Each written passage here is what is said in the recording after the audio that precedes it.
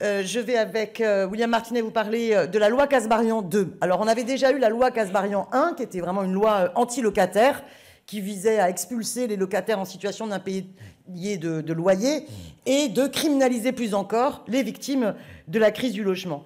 La loi Kasbarian 2 qui a été présentée devant le Conseil des ministres est une loi anti-logement social.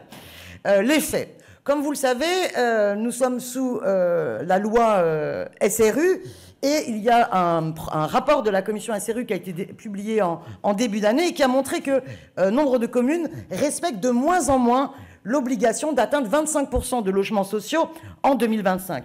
Et d'ailleurs, ce sont en grande partie des villes dirigées par LR, je prends par exemple Boulogne-Billancourt, par les macronistes, Nice, Toulon, ou par le RN, Perpignan, qui sont les plus hors la loi.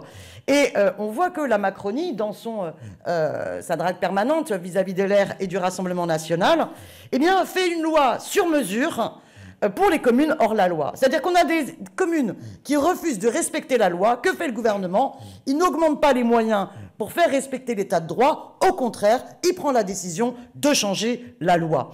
Alors, ce gouvernement n'arrête pas de nous dire « tu casses, tu répares », mais en fait, quand les communes sont hors la loi, qu'est-ce qu'il fait? Il change la loi. Alors, il prétend aussi que c'est une loi pour les classes moyennes. Nous allons vous démontrer le contraire. Le gouvernement, que fait-il? Il décide que parmi les 25% d'obligation d'atteindre les logements sociaux, il est dorénavant possible pour les communes d'intégrer du logement intermédiaire. Or, il faut savoir que le plafond de ressources de la catégorie la plus haute du logement social, c'est un couple avec 2 enfants, entre 6 000 et 8 400 euros par mois.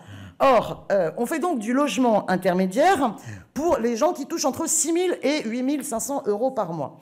Il faut savoir que ce qu'on appelle souvent les classes moyennes, je vous donne des exemples de professions, les infirmiers, publics ou libéraux, les professeurs, les artisans, les techniciens, ils sont tous éligibles au logement social. 70% de la population est éligible au logement social. Sauf qu'en mettant le logement intermédiaire dans les obligations des 25%, de fait, les communes vont construire moins de logements sociaux accessibles aux 70% de la population.